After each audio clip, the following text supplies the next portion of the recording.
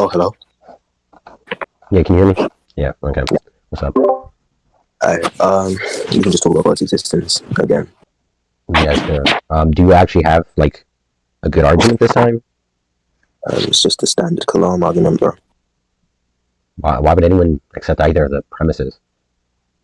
I think the first premise is, okay, the first premise is just that all things that begin to exist will have a cause, correct? Yes. Okay. Obviously, if something begins to exist, that's contrary to it always existing, or it, like, being uncaused. That wouldn't be contrary to it being uncaused. As in, if something begins to exist... Are you aware of what causality is? What do you think a cause is? Yeah. Wait, what did you say, sorry? Yeah, what do you think a cause is? A cause is something that leads to an effect. Yeah, no shit. I'm asking, what do you think a cause is? What is the threshold? What is going to be the touchstone, the criterion? Obviously, there's going to be obviously there's going to be a bridge between a cause and effect, between isolated elements that are going to be in some form of connection, right? And that relationship is going to contain relata. But I'm asking, what is going to be the criterion for which the relata is in a relationship?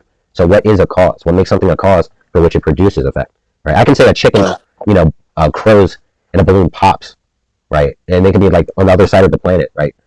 Okay, those are two events that occur. It's not going to adhere to causal relations. So I'm not clear what you're taking a cause and effect to be. Do you want me to explain the standard model that the Kalam commits to, which is retarded and is actually like considered logically fallacious? Because I can give you that, the standard model causality. Right, okay, so the first thing you asked me to do was to like define what I believe a cause to be. I think you're aware of the standard model the Kalam commits to, which is fallacious. Wait, say that again, sorry. Yeah, the Kalam commits to a standard model causality or causation that is going to be fallacious. Yeah, as in the cause preceding the effect, sure. No, I'm saying the standard model of causality that which the Kalam commits to is fallacious. Okay, what is the standard model that you're referencing? Well, the standard model is just going to say that there's going to be a relationship between events, and events are going to be spatial temporal. And also, there's going to be three species that constitute. I'm getting my AirPods, I can't hear you very well. Yeah, so all it means to say that something is a cause and effect is that there's going to be a relationship or connection between two states of affairs or events, but there's also going to be additional constitutives that are going to be theses that constitute that causal model. Wait, so how exactly is this fallacious? Hello? Yeah, so can you explain why it's fallacious?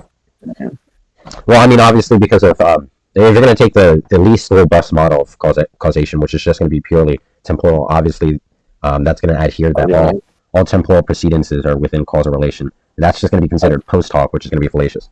If you're going to take the more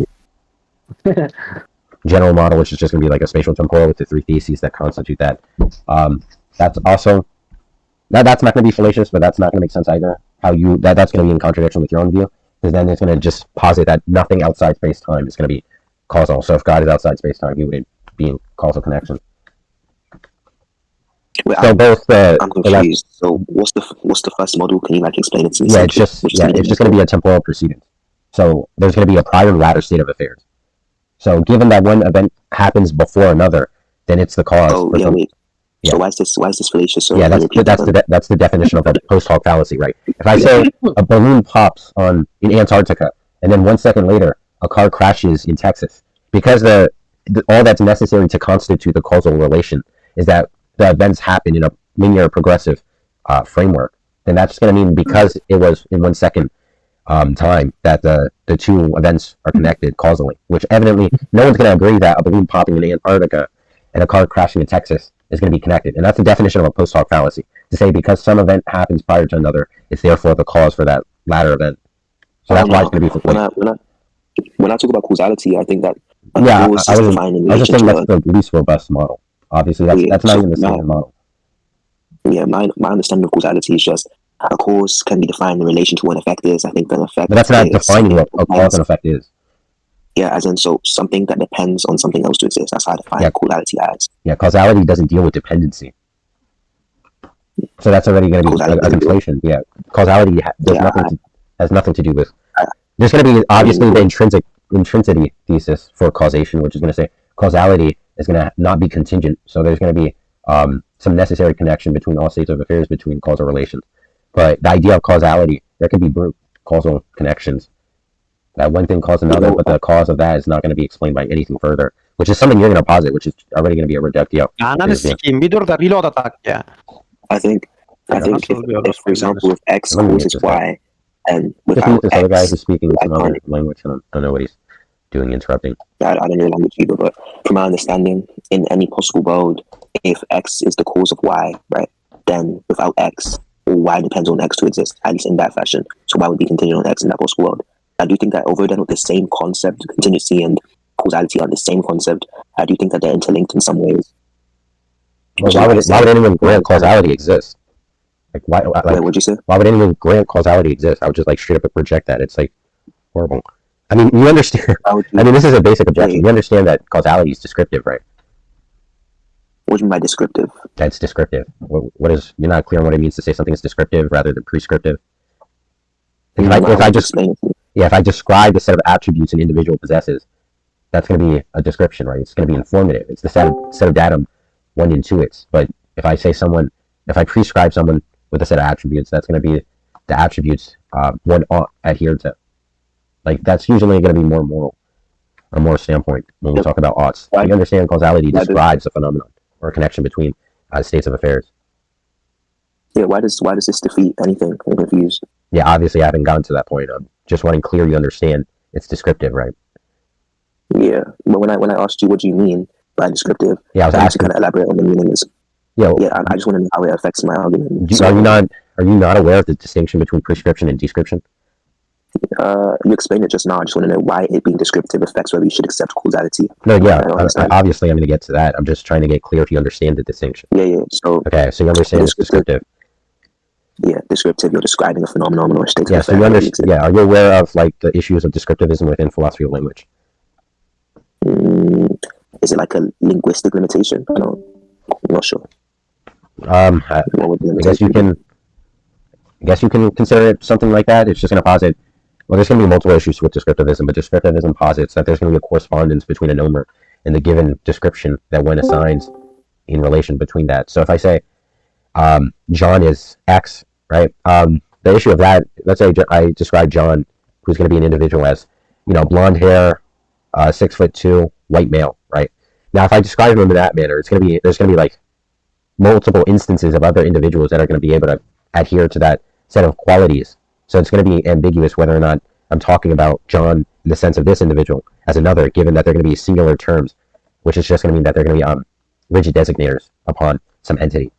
So now the other issue with descriptivism is now, let's say... Wait. Before you move on to the other issues, can I just clear up the first one? Are you just saying that if I was to describe an entity with specific properties, those properties can also apply to other entities as well? So there's no fixed properties I can use to distinguish one entity from another? Is that what you're saying?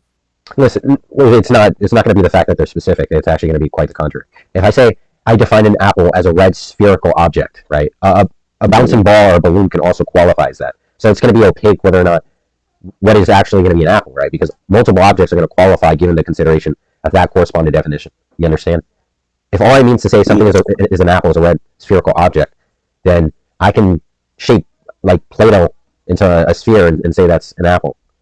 So obviously that's going to be one horn of the issue. Yeah, and the second is the fact that, let's say we're down to the very, let's say we define John to the very, very minute level, right? We capture all the minutiae and all that, nuance of John, including the amount of hairs he has, the length of his hairs, each individual hair, the spatial and temporal locality. It's going to be impossible that John qualifies as John ever, right? Given that there's going to be a procedure in time. If John ever cuts his hair, that's going to be a physical change. If John ever moves, he's going to change his physical locality, and therefore wouldn't qualify as John, because what it means to say that something is John under descriptivism is to say that a nomer is going to correspond with a description. And given that description, the term John no longer corresponds with that, because the entity that we're applying to be John, the only thing that qualifies as John is that description, and the entity who has, after the haircut, the entity who got that haircut does not have the same qualifying descriptive features as what corresponds with the term John. Therefore, that entity is not John. And that's going to be another issue with descriptivism.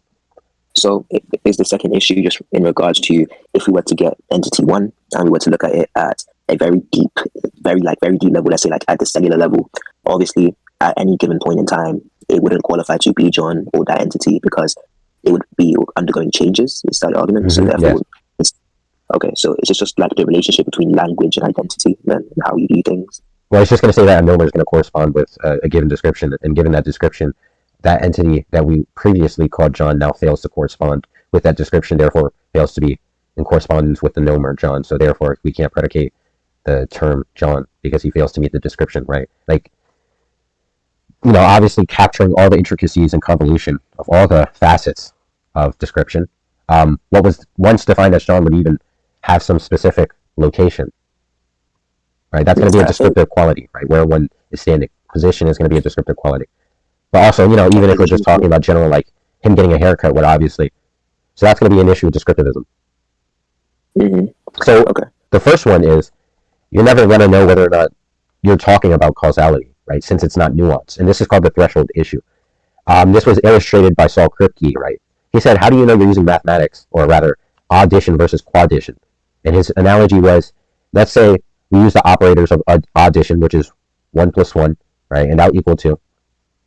And the only distinction from addition and quaddition is if you add, let's say 1 times infinity divided by pi to the power of 2 plus anything would equal 5.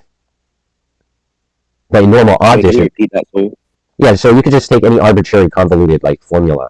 Let's say like 8 times infinity divided by pi to the power of 2, right? Plus any integer or numeral value would, equate to 5.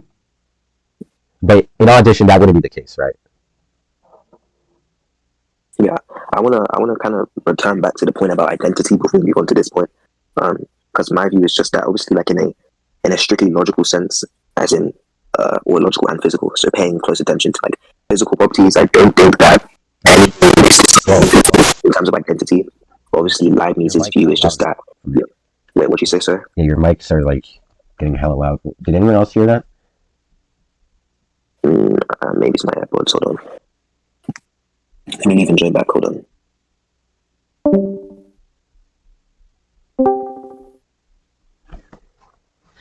Is it better now? Yeah. I don't know if anyone else heard that. Yeah. So if you randomly just got super loud, but yeah, continue. But basically, my view is just like a strictly physical sense. So paying attention to the properties of any object, I don't think that identity is fixed. I think since all of our physical properties and even our mental properties are constantly changing, no one is truly the same.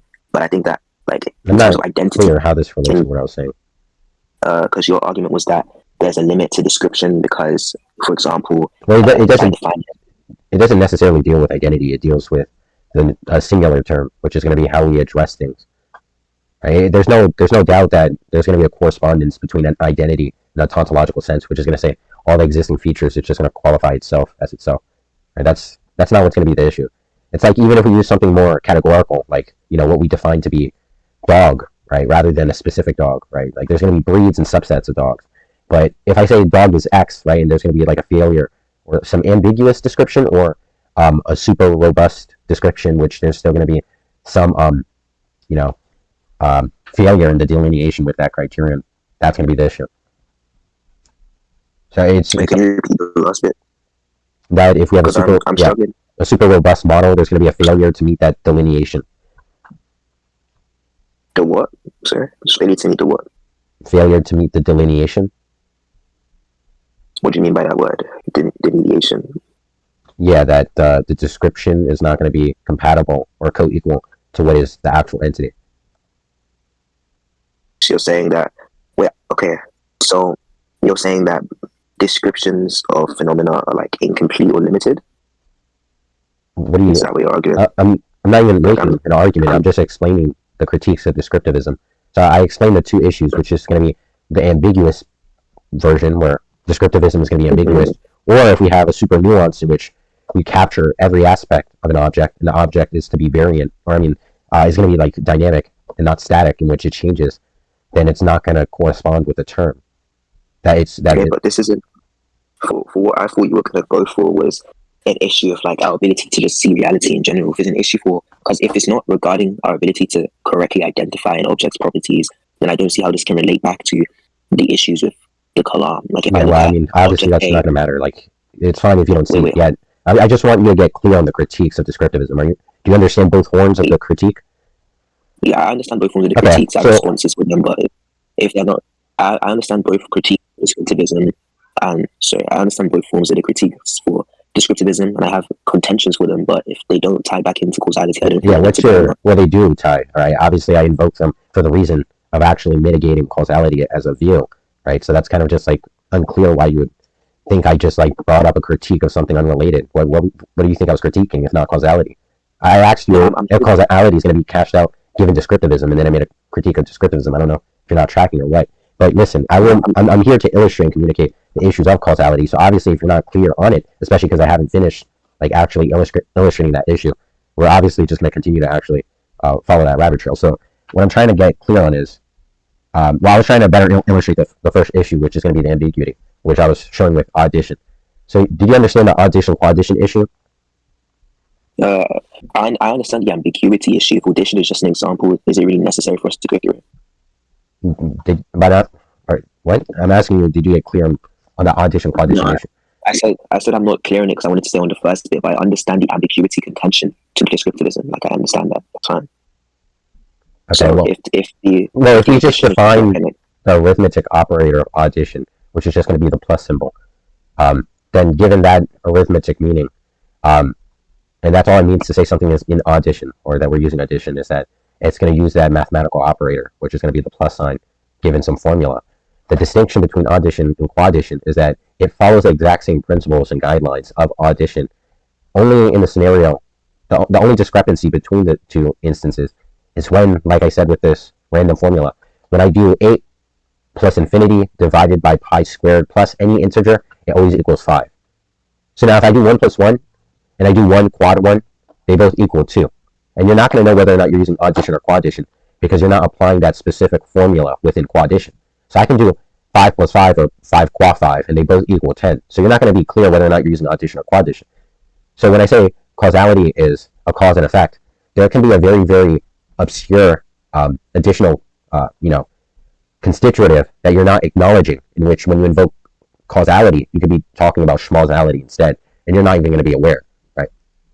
If I write down 1 plus 1, that's still going to be compatible with you saying 1 qua 1, and you're just not going to be aware whether or not it's actually quaddition or addition, because they're still following the same principles given that scenario. So that's going to be one issue with causality. Okay, wait, can I address that then? Yeah. So if the difference or the distinction between addition and quaddition is just a label, because as you said it's yourself, not just a label. Did you not understand? You said yourself that they follow the same like properties or functions. So principles. Yeah, no, it follows the same principles given the dissonance in one formula. I already explained this.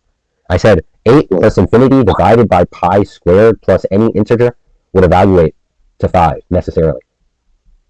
That's going to be the distinction. Is that quaddition or addition? That's going to be quaddition, obviously. Okay, so that's the formula for quaddition. No, that's going to be the distinction between quaddition and addition. So if I do 1 plus 1 and 1 quad 1, it still equals 2 in both scenarios. Because you're not knowing if you're using quaddition. But if I did, if I did 8 plus infinity divided by pi squared plus 5, and it equaled something other than 5, then that's how you're using addition. But if I do 8 plus infinity divided by pi squared and plus 5, and it did equal 5, then that means you're using quaddition. And that's the only way you're going to know the distinction. So you're saying in quaddition, this certain formula holds true, and in addition, it doesn't hold true. Mm-hmm. Okay, but if I think I understand where you're trying to go with this. I don't think. So if I wrote down 1 plus 1 equals 2, you're not going to know whether or not that's quaddition or addition. That's actually evaluating the value. I understand what you're trying to do with the analogy. I'm just saying that if we're talking about like quaddition, let's say with the formula example that you just presented, that would imply that the values of each integer or symbol within the formula is distinct from the values of the integers and or symbols in addition. And if that's the case, then no, it wouldn't. Okay, I think what you're trying to do is say that causality could have or what we may perceive to be causality could have we can't really correctly evaluate whether it is causality under our views of it. I think that's what you're trying to say. I'm trying to use this example to prove it. All it's illustrating is the fact that there's going to be an ambiguity, but it's just going to be enigmatic whether or not we're talking about causality or something else. What do you mean by something else? If the some other method. Listen, if I say 1 plus 1, that's going to be compatible with 1 qua 1. So it's not going to be clear whether or not we're talking about quadditional addition. Yeah, I understand that, but if there's something else has the same functions as causality, like for example, let's say you're talking about causality X, right? If the causality X has the same functions as what we perceive to be causality, I don't see why this is relevant. I'm not clear on what you don't see as being relevant. As in, okay, empirically, I can see that object X is like logically prior as well as temporally prior to object Y. So if our object X, object Y can't exist, there could be some form of like other like hidden variable, like different, or like another additional concept that you could possibly posit to causality, as in possibly. But as long as it has the same principle, which is going to be compatible with other models. It's my issue. Wait, what you say? Yeah, listen. If I say what it means to say someone is Joe Biden is to be the president, right? And then in 5 years, there's someone else who furnishes the criterion of being the president. He would qualify as Joe Biden. Yeah, but I think with this, I think you're being a little bit like, I don't want to say disingenuous or dishonest, but there's nothing dishonest. It's just you're being ambiguous when you. I don't think the example is a very good example, especially I'm not seeing why. You're not like giving a critique.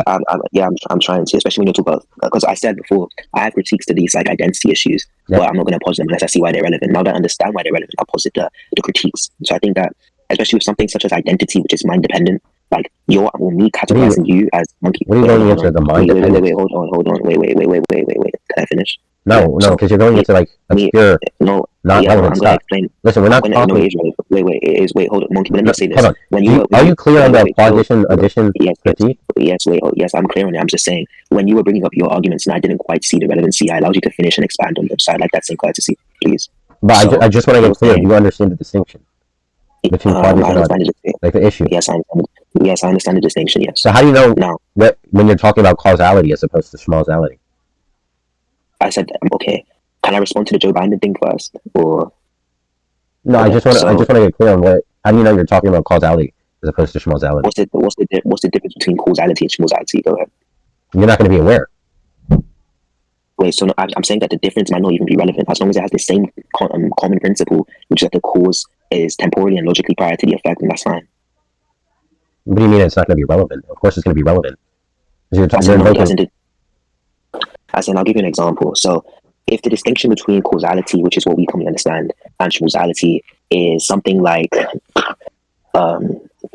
thinking of an example is actually difficult because I didn't have to translate the mathematical analogy to this, but if the distinction is something like, instead of cause preceding the effect, the cause is actually simultaneous to the effect, or something along those lines, I don't think that's particularly relevant to my view of causality. Like, why that's the wouldn't distinction. Or if there's like, why wouldn't it be? Because it doesn't change the idea that... Yeah, it would, right? So which are you talking about? Simultaneous or... Like, because obviously if you can't just posit both. As in, if a cause is simultaneous to its effect, as in, if I cause something to happen, my cause, like the cause, like, okay, I'll give you an example. If I throw a glass bottle at a brick wall, give me a moment. Hold on. Okay, yeah, that's cool. Actually, I might reverse the analogy a bit. That might make it easier to understand.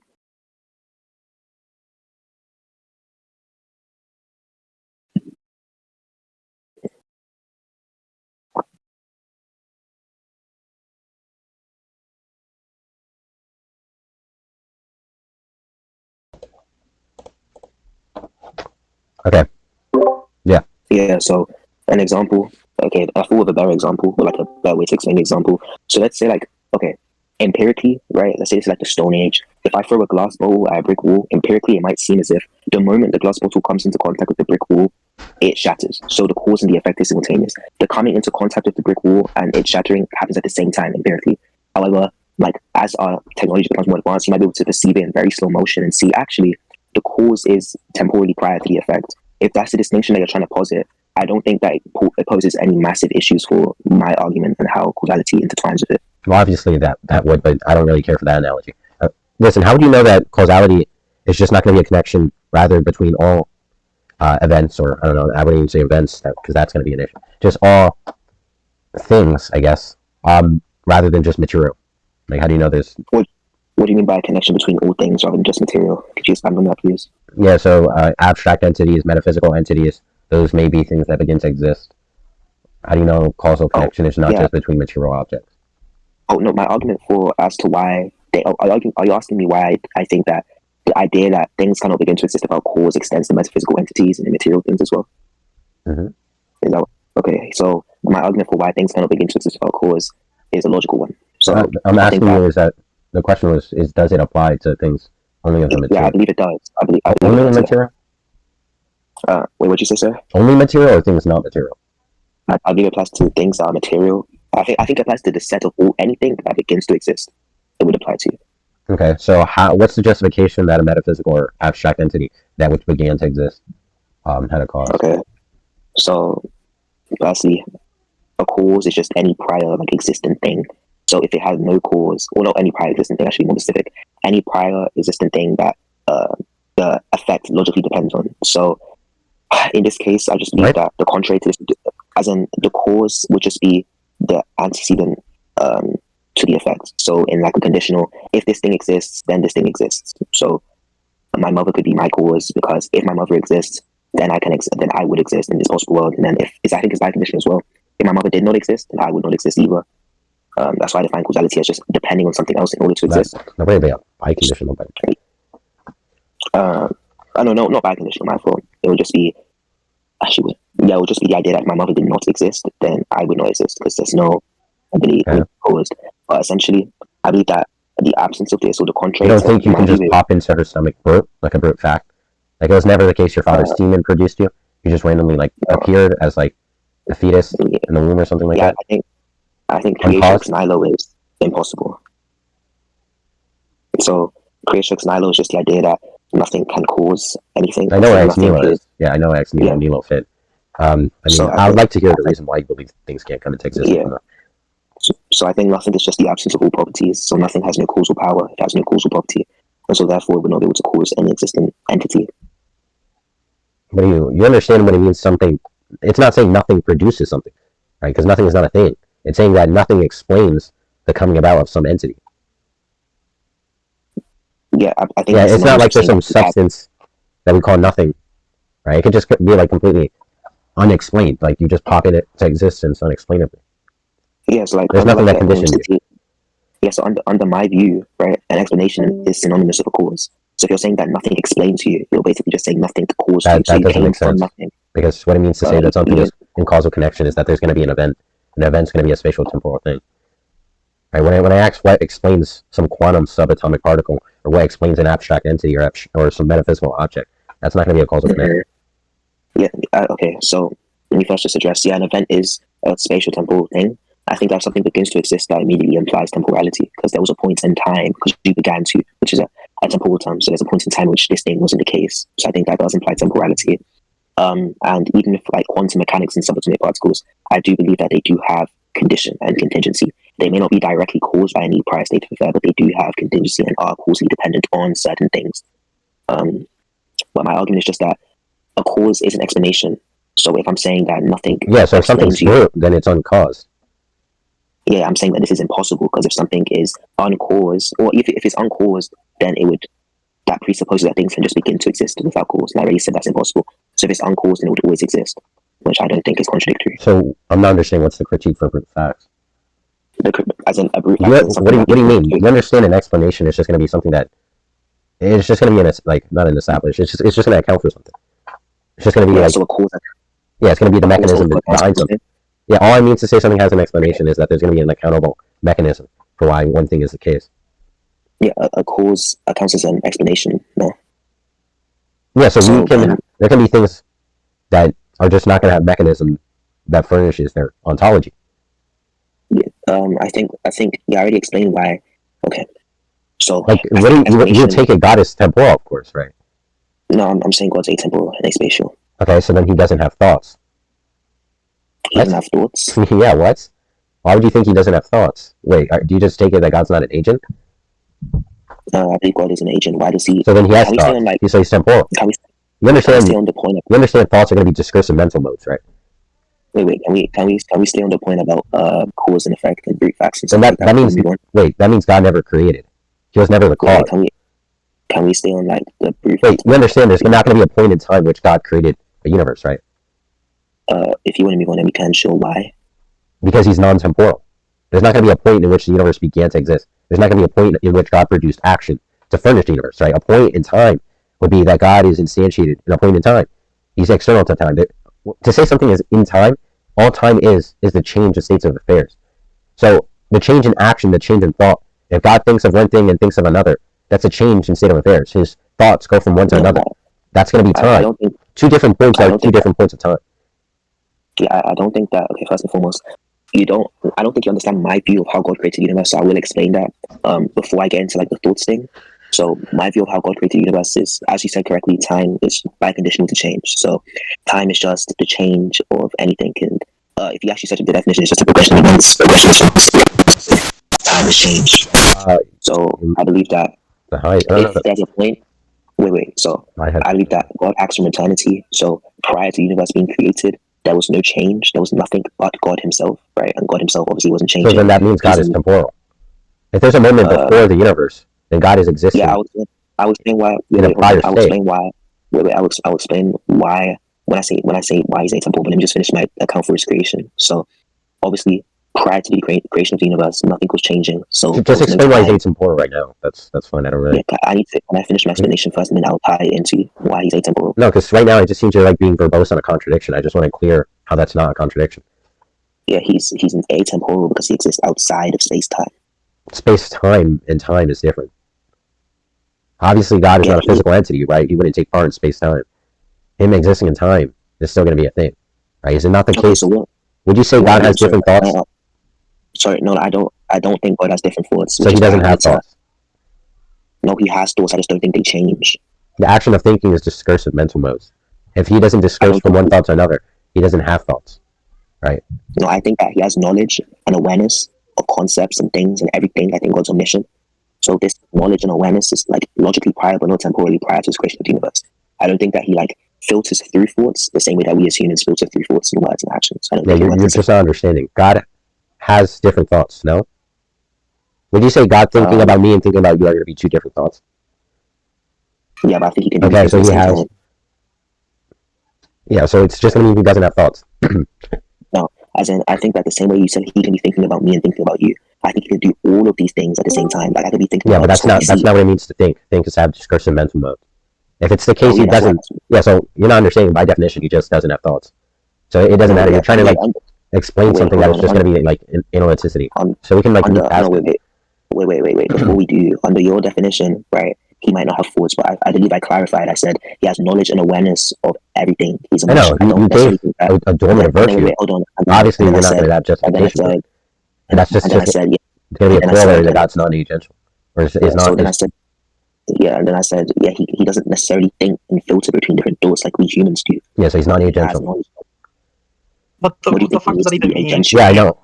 He doesn't make sense. He doesn't know philosophy like that. But yeah, I mean, that's an analytical contradiction. I already explained this to you, but... Hold on. Are you saying that God has like an analogical mental content? Like they're similar to thoughts, or they are completely unlike? Obviously, my view is that God is immutable. I don't think that God changes. I don't think if His thoughts are changing, then obviously that implies temporality. Wait, do you think He doesn't produce action in different points in time? Like when He answers my prayer and answers someone else in 10 years, that those are occurring in the same time? If God is producing action in two different points in time, He's instantiated in time, right? Because if God doesn't have change in states of affairs, then that means God is producing action in all states of affairs, either ubiquitous in time or He's producing no action at all. Right? If there's 2 points in which God is not... Listen, if there's a point in which God's answering a prayer and not answering a prayer, then that's going to mean in one point in time, God is acting in another. He's not. What are you not understanding of that? Yeah, no, I'm understanding. Oh, wait, like, when it's like, if He wouldn't be able to say something like, oh, God, God enacts both, right, simultaneous, because He exists outside of time. But that would be something like B theory of time, which would be against the Kalam. So... I mean, just for me, I didn't really want to stay off into this thoughts point. I wanted to stay back on His creation of the universe because I feel like that's important to understand what I mean when I say that He exists outside of time. I think I clarified that to mean space-time. Obviously, both in the Bible, if you read the creation account... Yeah, no one cares about space-time. I'm talking about time. Wait. So, like I said, if you're talking about like the regular progression of events from one point to another, yes, God exists within that form of time. Why do you think anyone else is talking about anything other? Right? We take it God is not spatial. Right? I'm granting you that. That's what you define God to me. So obviously He's not going to take part in spatial temporality. Oh my God. Yeah, okay, I'm understanding. So that's the point of bringing this up. This is like a truism, an irrelevant diminished truism. I'm just saying, oh my Lord, bro, chill. I'm just saying He exists outside of space and time in the sense of the universe. I understand that. I'm just saying don't say that. There's no point in bringing this up at all. This is like entering a debate and saying I have blonde hair, and then trying to talk on the point of you having blonde hair on the topic of God. Like, how is this relevant? Do you understand how God created the universe? Then yeah, I understand you're bringing up extraneous things. So you understand God is temporal. Yes, extraneous things. Okay, but do you understand how He created the universe? Yes or no? Yeah, well, I'm asking. So are you conceding God is temporal? Because you said as in God, God goes from one state to another. Mm-hmm. Yeah, He created the universe. The universe did not always exist. Sure, that's fine. Okay, so then, how do you know God doesn't begin to exist? How do I know? I think it's part of His nature as an uncaused entity. Yeah, and what's going to be the warrant for that? Obviously, that's the belief, the dogmatic attitude. What's the justification? Well, I think, first and foremost, do you agree that, or actually you probably wouldn't agree, well, I just believe it to be the case that reality can't be composed of entirely contingent beings. There has to be a being that isn't contingent or conditioned by any prior state of affair. So I believe that warrants like the logical necessity. Are you saying contingent in the sense of dependence? Because I don't use contingent in that way. I take a contingent. I only use contingent in the sense of modal logic, which is to say something that's not going to be ubiquitous in all states of affairs. Yeah, I think as in contingent in the sense that something exists in some possible worlds but not all possible worlds. Okay, and how does this relate back? I think that warrants it because unless you want to opt for brute contingencies, I think that the reason as to why some things exist in some possible worlds but not others is directly because they're influenced by the absence or presence of certain states of affairs. I don't understand how this relates because we're not talking about things existing in other possible worlds. We're asking how's it the case? What's the justification for why God had no beginning? Yeah, I already explained this. I said that reality can't be composed of entirely contingent things, okay? Or things that entirely have causal condition. But I'm not asking about reality, I'm asking about God. Yeah, wait, so if you agree that reality, which is just the context in which things exist, cannot be composed entirely of things with causal condition, you have to agree to an uncaused being. That is the framework for my God. What? So you're saying that in reality there must be some point a brute fact? No, not a brute fact. I don't think those can exist. An uncaused being. That's. Didn't you just say an explanation is going to be the same as a brute fact? I mean, as a cause, right? Sorry, as a cause. Yeah. So if something is uncaused, that's a brute fact in your view. Wait, no. I said a cause can account as an explanation. I don't think that they're the same thing. I think that there can be explanations. Okay, God's not going to be a brute fact. When you say brute fact, you talk about something that exists without explanation. Mm-hmm. Yeah, I think that's impossible. So God's not a brute fact. So He's explained by something else. Yeah, He's explained not by something external to Himself. No. So then He is a brute fact. No, Is He explained by something else or not? He's explained by something intrinsic to Himself. So He's not explained by something else. So He's a brute fact. Not by some. No. But that now you're trying to switch the definitions. No one's switching the definition. The definition of a brute fact is either something. No. What it means to say something is a brute fact is it's not explained by anything external. The definition that you presented, you didn't add the external part before. The definition you presented was. I didn't give a definition earlier for a brute fact. I said it's something that's unexplained. The definition that you presented was a brute fact is something that is explained that has no explanation. Yeah. It has no explanation. It's not saying anything intrinsic or extrinsic to itself. No. I don't agree with this. No, you're just misapprehending what I meant to say. Okay, that's not me. Okay. No, that's just your interpretation of what I was espousing. So that's to clear that's wrong. What it means to say something is a brute fact is it's not explained by anything else other than it. Okay, right? So under that definition, God can be a brute fact as His existence is explained by His own nature and not anything extrinsic to Him. That's fine. Okay, well, obviously that's still not going to make sense because if God is just a compartmentalization of a set of qualities or nature aspects, facets, whatever you want to call it, then it's just going to mean that God is going to be reducible to those properties of nature, and then those things are going to be unexplained. So obviously, like saying that the collection of things explain the entity isn't actually explaining it. That's just going to be what accommodates the identity of it, right? If I say the set of atoms that comprise an apple is what explains an apple, doesn't even make sense. That accommodates its ontology, the set of atoms that make the apple, but the set of atoms don't explain the apple. That doesn't even seem, that's going to be incoherent. But anyways, sure. So it's the case God is a brute fact. And I'm not clear. Or just what? What is it? Can I address your entire contention towards why God being explained by His nature doesn't make sense? Yeah, sure. What is there to address? This is not really a big point. Again, sure. Yeah, I think you keep kind of cycling back to the whole identity thing where you're saying that something like, for example, you gave the example of like atoms, I think, or cells, and the cells that make up an object isn't what explains it. When I say something's nature, I'm talking about like its essence, what that thing is, so like its essential attributes. So obviously, in that sense, any object or any entity that shares these essential attributes or has these essential attributes would be that thing. I don't see why. Wait, what do you take an explanation to mean? An explanation, something that explains, or that, that's kind of tautology. I guess a reason given for an entity's existence could be a good explanation. Yeah, so the set of atoms wouldn't explain the ontology of the apple, right? It's just going to say the set of atoms are going to accommodate the identity of an apple, right? But if the apple is just going to be tantamount to the set of atoms that comprise it, then it's just going to mean, when I say what explains the apple, is just to say what explains the set of atoms, right? So the atoms aren't going to explain the apple since they're tantamount. So obviously the nature wouldn't explain the entity's ontology. So saying that the set of attributes that are inherent in the identity of God, that's not what explains that. Just like the set of atoms wouldn't explain an apple. That's not an explanation by your definition. Yeah, I think when I say that God's explained by his own nature, I'm not talking about the entire or the totality of attributes that he possesses. I'm talking specifically about his the necessity of his existence, because I already said a reality composed entirely of conditioned beings is impossible. So therefore, his existence is explained by the logical necessity of it, not by. That doesn't make sense. Are you saying that a being with this aggrandized set of properties are going to be necessary as opposed to any other entity? A being of this set of properties has to be necessary. Is that what you're arguing? I believe that an uncaused being is necessary for the universe's existence, yes. No, because now you're saying more than that. You're talking about his nature. Because you're not understanding. So I'm saying the set of atoms is just going to mean the apple, since the apple is that set of atoms, right? So since the atoms comprise the apple, and under your view, that's not going to facilitate explanation. So what's meant by explanation is what is going to account for the ontology of an entity. The atoms themselves are going to be put into question, right? So when you say that what explains God's ontology is that his nature is going to be able to be what basically is going to dissolve the issues of reality on a causal degree, then I'm not. Yeah, so that's going to mean that there's going to be a specific set of attributes that adhere to his nature that are going to be essential to facilitating or being a part of reality. So what are God's attributes? Omnibenevolent, omnipotent, things like that? Yeah, I believe those three God's attributes. So you think evil can exist and God is all-powerful? I think evil can exist, yeah. So you take it that evil is just that which ought not exist, all things considered, correct? Ought not exist? No, I just think...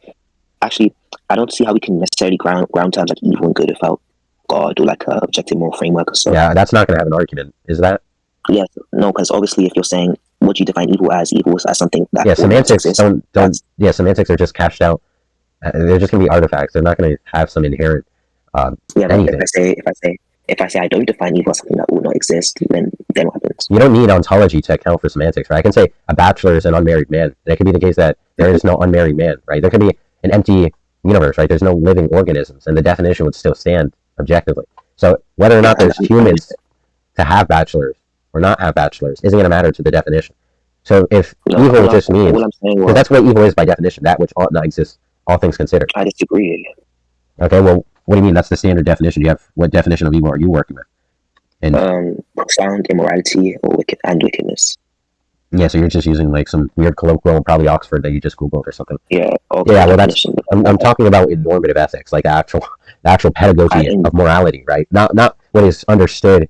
That's like saying, what does someone define logic as, right? In normal colloquial sense, people are ignoramuses about what logic is, right? If we talk about logic in the sense of the branch of philosophy, it's going to be very nuanced, right? I take it that logic is going to be an arithmetic system of semantics that adheres to some set of axiomatic operators that constitute some deductive set of formula or formulaic expressions using propositions as units, or premises as units to a proposition that obviously espouse or affirm some conclusion, right? But a normal person, when they say by your logic, right, they're obviously not talking about something as robust as that. So I'm not really caring about that. I'm talking about if you go to a moralist, right, or if you go to a logician, someone with a PhD on logic. Yeah. So in ethics, normative ethics, what is defined to be evil is that which ought not occur.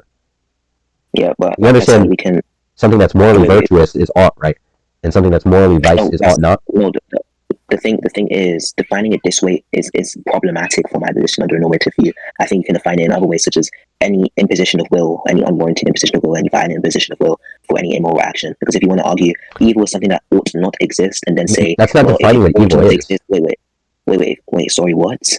Yeah, if I say what's a lollipop, and then you say dum dums, and you're just like naming brands, right?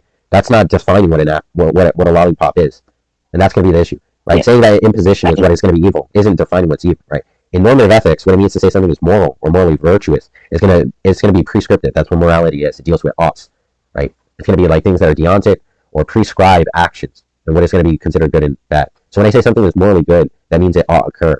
And then obviously the antithesis is going to be a moral vice, which is just going to mean ought not. Like killing ought not occur. Even under the definition that you presented, I don't think we can say what ought to and what oughtn't exist without some. Or I don't think we have the knowledge to say this thing ought to exist or this thing so you're just saying exist. Especially, you're not a moral realist. I am a moral realist. You just said oughts. You don't know anything to say about oughts existing or not. No. I said I don't think we can if we don't ground it in God. That's why. But God is going to be a subject. A subject? Does he have a mind? What do you mean by mind? Like he has a mind. Is he aware of things? Wait, he has thoughts. He has propositional attitudes, propositional content.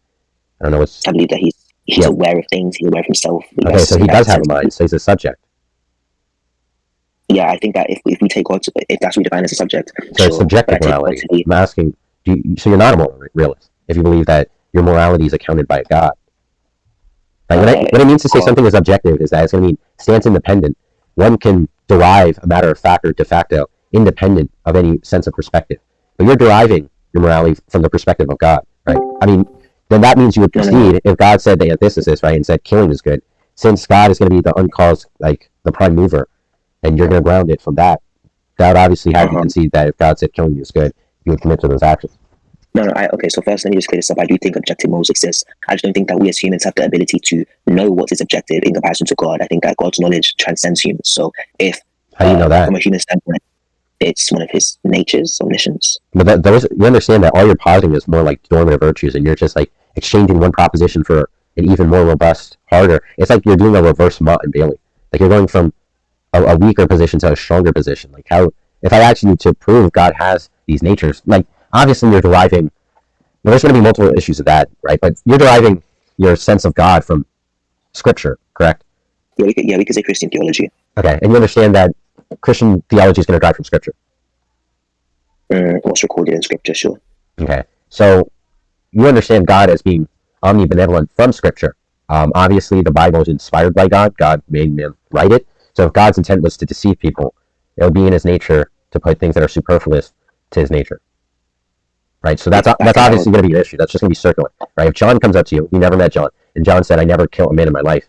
And then your argument is, well, if John says he never killed a man in his life, then he never killed a man. John said it, therefore it's true. Why would anyone accept that as a sound inference? Are we talking about the Bible's validity? Well, obviously, yeah. Right. Why would you believe? I'm not clear on why you believe God is going to be omnibenevolent or even omniscient or all powerful or any of that. Right? It could just be the case God has the necessary ability to furnish a universe. Right. That's not going to mean he has all powers. That he exceeds like everything. It could just mean he has power to that extent. Right. Not unlimited power. He has limited power to make a universe. Obviously, if the argument is true. I'm just wondering where do you derive God? Where do you derive that? No, obviously from Scripture, but I just got out of. I was listening in class. Like this isn't going anywhere. I don't think you guys are even like clear on what the disagreement is. But I think we're just talking about different topics. Really. Well, I'm wondering. Let's start from the top. Like he was giving the Kalam argument. So just go back there. And then hold on. I was disagreeing with. What do you mean? We progressed. We weren't like at an impasse. Like we went down this whole part from initially rejecting causality and then God being uncaused and all that stuff, and then he was making no sense conflating like causality and explanation.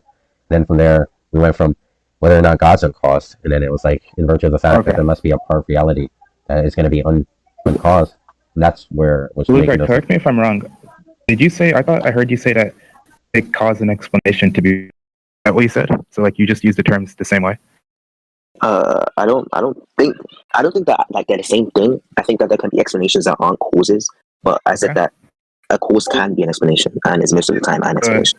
So can you like define what you mean by cause? Something that another entity depends on to exist. That's my definition for a cause.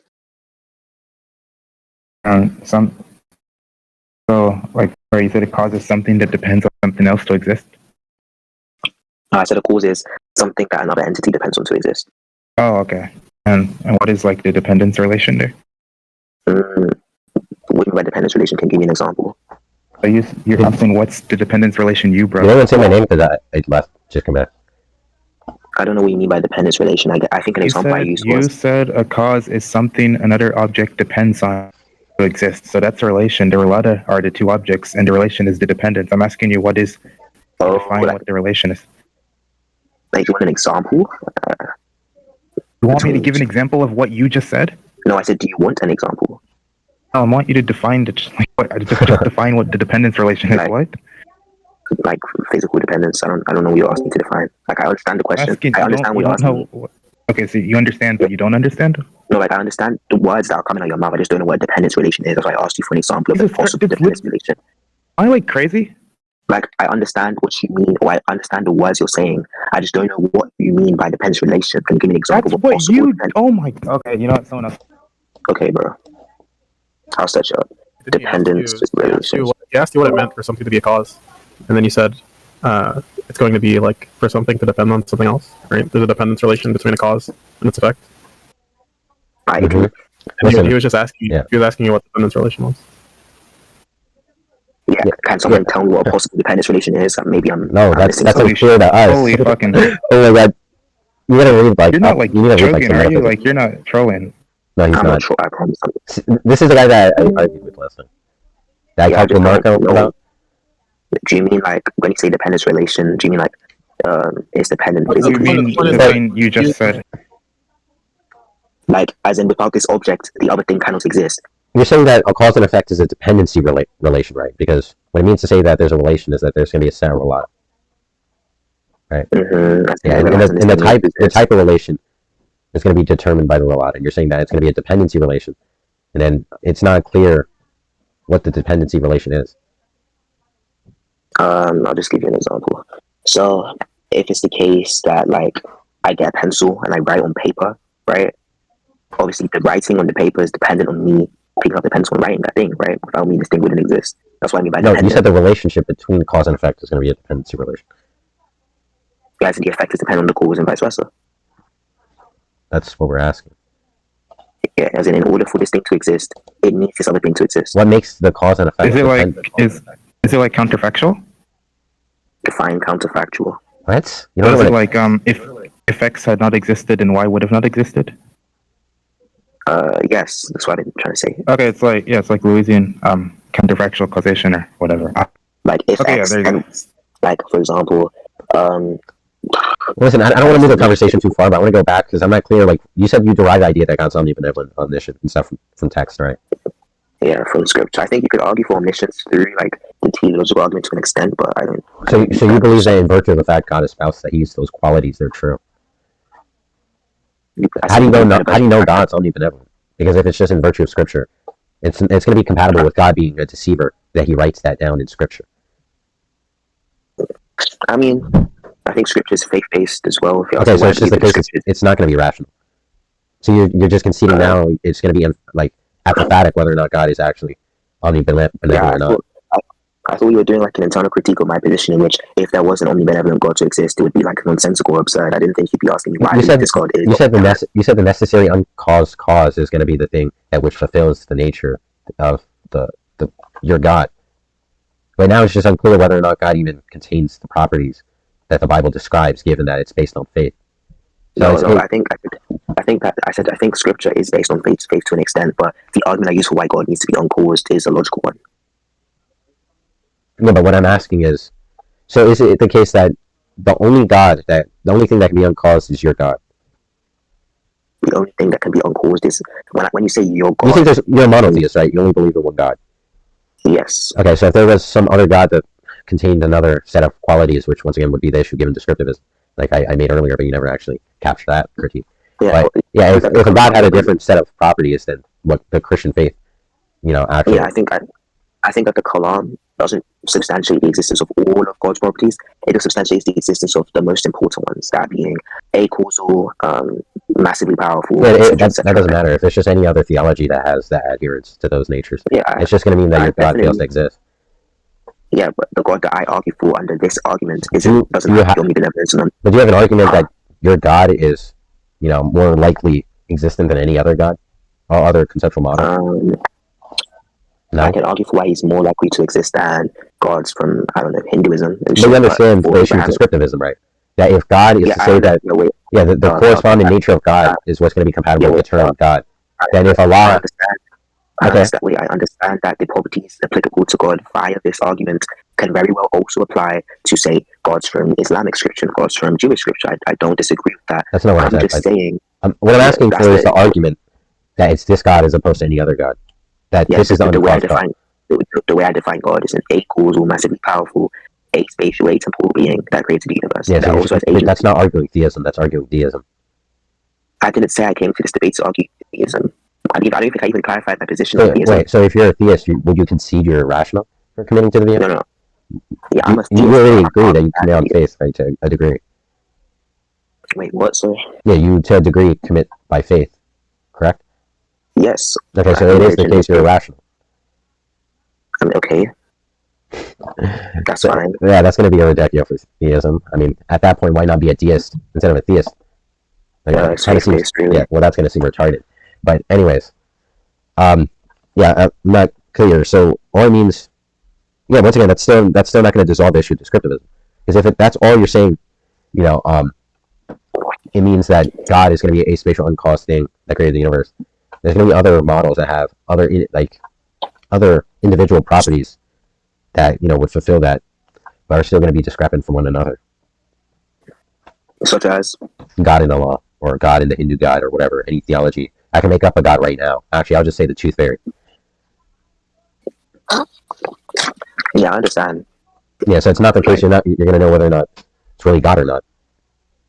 That's the thing. That was the issue with mathematics in the sense of addition and quaddition, right? If all you're saying is that God is that which is uncaused and the creator of the universe, whatever, that's going to be compatible with an evil God and a good God. Just as 1 + 1 = 2 is going to be compatible with addition or quaddition. Yeah, okay, I understand that the God that I'm arguing for, there are other frameworks that have these qualities as well. I'm just saying that, my God has properties X, Y, and Z. You could say that there's a framework in which the God of that framework has qualities A, B, C, as well as X, Y, and Z. That's fine. You have to then prove that those properties, like the same way you asked me, prove that those properties actually exist. You have to do that. But what I said was, I'm not positive they exist. I'm saying that they can possibly be compatible. I'm just saying that there is a being that definitively, provenly has these properties. Whether they have other accidents like, I don't know, Hindu gods do or Allah does, it's not relevant to me in my position. I've proved the existence of my God, certainly, right? Whether there's other properties that my God could possibly have isn't of relevance to me, I don't think. Okay, well, Mason, if you want, you can continue arguing with him. I'll just sit and listen. Also, the dependency relation, I wasn't even trying to be difficult. I wasn't sure whether you asked me, how these two things are dependent on each other. If you wanted an example from me, or I just didn't get the question. But yeah. Mason, if you're talking right now, your mic's not coming in. No, I have push to talk on. I just haven't. Yeah, I didn't know, because sometimes, you just don't come through, so. What are you guys talking about now? Is it a... Well, I said I'm going to hand it over to you if you want to talk with him. Oh, I didn't hear that. Oh, okay. I just closed my laptop because it's almost about to die. Okay. No, you're good. Yeah, Yeah, so about the dependence relation being counterfactual, is it also one where there's some type of temporal priority in the sense Yeah, so I think typically causes tend to 99.9% of the time they tend to be temporally prior to their effects. But obviously there's stuff like in quantum entanglement where we seem to see that the cause and effect are instantaneous. So it doesn't have to necessarily have temporal priority, but a lot of the time, majority of the time, there definitely is temporal priority. Okay, so it doesn't have to be temporal priority. No, they can be simultaneous. Yeah, does it have to be but it has to be the cause has to be something that's external or to to the effect, right? So yeah, I don't think that's something in cause itself. I think that's nonsensical. okay. Yeah. So so then I don't know, like what sorts of arguments do you have for that type of causal principle? Arguments that substantiate that something can't cause itself, or arguments that substantiate the idea that Arguments for the causal principle, which was everything that begins to exist has a cause. Yeah, where cause you just mean something that an object is dependent on, where the dependency is counterfactual. Yeah, so I think that the only like contrary thing we can use to like explain why objects exist is like brute contingencies, in the sense that something just begins to exist, doesn't have a cause, and I think that invokes ex nihilo creation, and I don't think that's logical. I think it's contradictory. So the argument I just used to substantiate why something has to come from something else is just like nothing, which is obviously if you're saying that a brute contingency just pops into existence, that's the same thing, or saying that it has no cause, the same thing as saying it comes from nothing. So if it comes from nothing, then nothing is like the lack or absence of all properties. I don't think that if it has no properties, it obviously has no causal power. And if it lacks causal power, then I don't see how it could create anything. So it would just be like a logical contradiction. Well, first, I don't understand what the argument was. It sounded like you were saying at the end of it, or you're saying like this is something that's like logically necessary, the causal principle. If you wanted to make that's a bit of a stronger claim, but it sounded like you're saying there's a contradiction entailed by it being false. Not necessarily by my causal principle being false, or when I say my causal principle, just the idea that cause either precedes or is simultaneous to its effect, and an effect depends on the cause in order to exist in a counterfactual way. That's unpacking the terms in the causal principle. But by the way, like before we even move on, there's something I need to clarify. So, what notion of beginning to exist are you using? Because there's actually a lot that turns on that as well. I guess I'm trying to see how I can explain this. So obviously beginning is a temporal term. So I guess if you look at it like on a number line, just at one point you didn't exist actually. Like maybe you existed possibly, or in a potential sense, but you didn't actually exist. And then at another point you now exist in actuality. So that's how I just define beginning to exist. Wait, is that committed to like temporal becoming? Temporal becoming? I think so. I don't know what you mean by temporal becoming. Yeah, temporal becoming, like on the A theory, where there's like objective features of like the present, and the present moment transitions objectively, and where like either if you're growing block theorists, they'll say some, where like if you're growing block theorists, you could say like the area that is the past kind of moves forward, or if you're just the presentist, you can say like whatever the future section, whatever the present moment is moves forward, and the past ceases to exist, and the present begins to exist at that moment of time. I'd say that I think that I don't know if this is presentism. I think that the future and the past, because I think the B theory is just the idea that the past and the future are all as equally real as the present. We just create the illusion of progression through time. Yeah, I don't subscribe to. I think that the past no longer exists in actuality. The present, the present exists in actuality. And the future does not exist in actuality, but possibly exists in actuality. It has the potential to exist. So this is like, so this is a notion that's just committed to, like, because Craig's account of beginning to exist is committed strongly to A theory. Of course, like I don't accept the A theory, so I mean, we don't accept the A theory. So when you say whatever begins to exist as a cause, we could talk about that, but I'm just going to deny the second premise, because under what you take to beginning to exist to mean, I don't believe anything began to exist. So I think that's the first strong. Sorry, I'm sorry to cut you off, but I've listened to debated someone before that opted for a B theory of time, and upon first hearing it, there was strong contention that I had. So obviously the idea that the past and the future will equally exist. I think the example he used was a number line where the past, the present, and the future will equally exist. We just create the illusion of progression.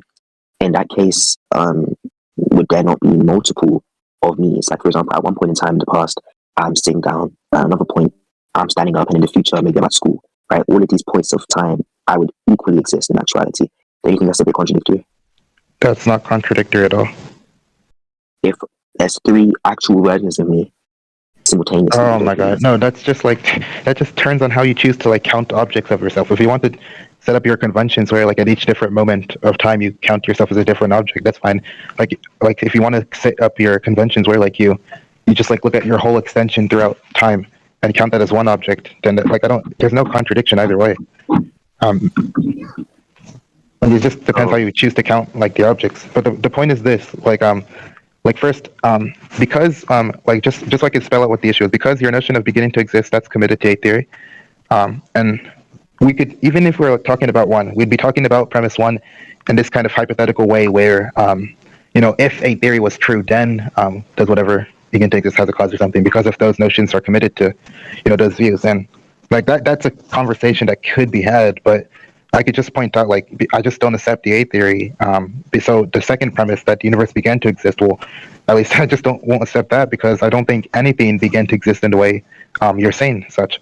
But I think I can help. Like, there's papers, or there is a paper I know that argues that the kalam can be like reformulated with like the B theory. I think it's far, like, I think it becomes extremely weak when you do that. But I can send you the paper if you're interested.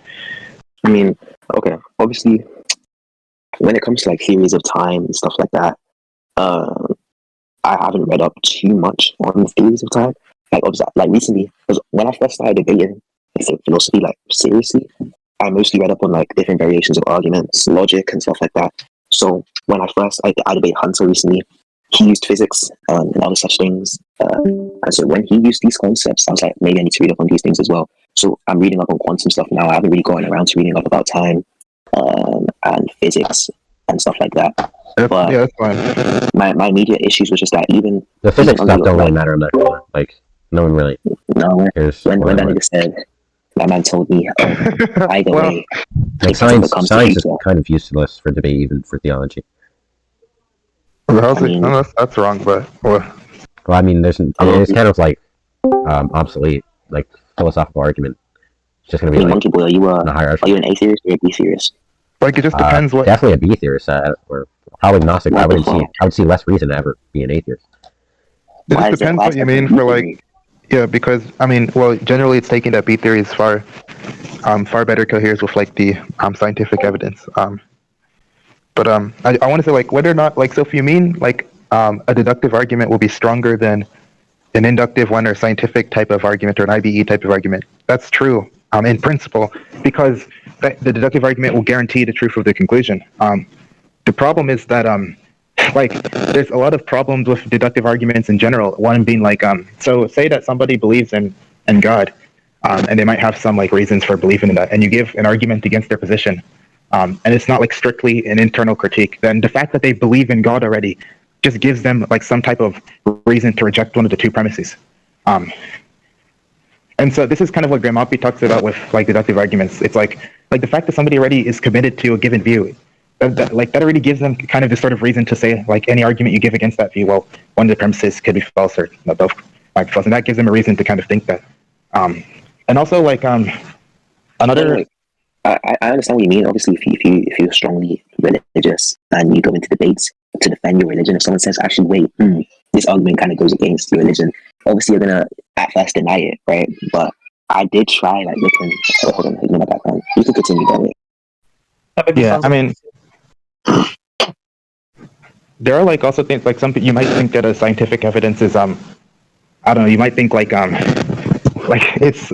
might think like when you like bring up like evidence from science or something, it has like it has more force than like when somebody motivates a premise through like kind of like conceptual means. And I think the reason you might think that is because you think there's more likely to be an error in the conceptual reasoning than the scientific one. But that only I think that kind of thing that doesn't really apply all the time, especially if it's like especially if like the motivation for the like deductive argument is like something that's really self-evident, and you're like, not really. But yeah, I mean, this kind of depends what you choose to care about. Like I've heard a deductive, like there are pretty much like knockdown deductive, well, very strong deductive arguments that you could point to. Like, I think like Fodor argument is like quite quite very strong. But then, like, other than that, it's an argument against natural selection. But like other than that, I'm not sure like what other deductive arguments you could point to. They're like, oh, extreme. These are like extremely successful, you know. I don't. For me, I feel like so many things can be put into question in philosophy. Like you said with the time thing. A lot of people put into question knowledge as well, like whether anything can actually be known for certain. They put into question like empirical observations. So I feel like debate-wise, there can always be a contention, always. But going back to like just to get back on track, I think so. I think you need for your argument, you kind of need a supporting argument for like the A theory of time. Pretty much no one is going to accept that type of view. It's losing. The view becomes less popular, like with each Phil Papers survey. So you might want to switch to like an analysis of beginning to exist that's friendly to the B theory of time, which I take, at least as far as I know, I take that to considerably weaken the Kalam. Why is it weakened? Yeah, because I think just like the type of metaphysics or like the ontology of the B series, because it's in a way where like all moments of time just already exist simultaneously, you just no longer have this robust notion of causality, or just a robust notion of like temporal becoming that seems to like bolster the intuition of like, oh, this thing is here, something must have brought it. How could it just be? How could it just have come about? Everything goes back to this point. God must have been there to kick it off or something. Like I think that intuition becomes a lot weaker when you just think of like everything just existing simultaneously and never like having that robust. If the universe just existed like simultaneously, there's no like begin to exist. Like that wouldn't really make much sense. If it's not like and like even like it's even weaker with like C theory, where you're gonna say like there's not even like a linear order. By which temporal events succeed each other. I think C theory definitely is an issue, but for B theory, okay, C theory is like it's like pretty much like I've never seen any dispute that the laws of physics are like symmetric. C theorists don't deny that the laws of physics are symmetric. They just deny that. I'm saying that's what C theorists would. I'm saying I've never seen any dispute to that, which means like I don't really get how, like, because he was saying C theory is definitely a problem. Like how? Because if you think that there's no linear order, couldn't want to argue for like I don't know retrocausality and say what if like the future leads into the past, or the things from the future can influence the past. I think those kind of arguments can definitely challenge, because obviously Kalam functioned under like a typical view of causality, where cause precedes effect. So if effect actually causes the cause, which to me sounds crazy, but if the effect... Oh, it's not like that. So you see, like basically when they say there's no direction, it seems like the laws of physics are things that are, at least as far as I'm aware, they're taken to be symmetric. So forwards or backwards, they work the same way, and there's pretty much no... And so, and as far as like, as far as causality, I think you're just describing the very folk kind of notion of causality. And I think that kind of notion of causality is like kind of vague. It's very vague and kind of problematic at times. Now I don't know if others will disagree with this, but I think some folk kind of like pre-theoretic notions or like folk descriptions, like folk psychology, I find those to be quite useful. I think causality doesn't really have the same reputation. A funny thing is my professor actually wrote a paper arguing for retrocausality, but he argues that like natural laws are retrocausal, which is pretty interesting. It's not like an untenable position. I'm pretty sure retrocausality is supported by in physics and like quantum entanglement or something, but there's debates. But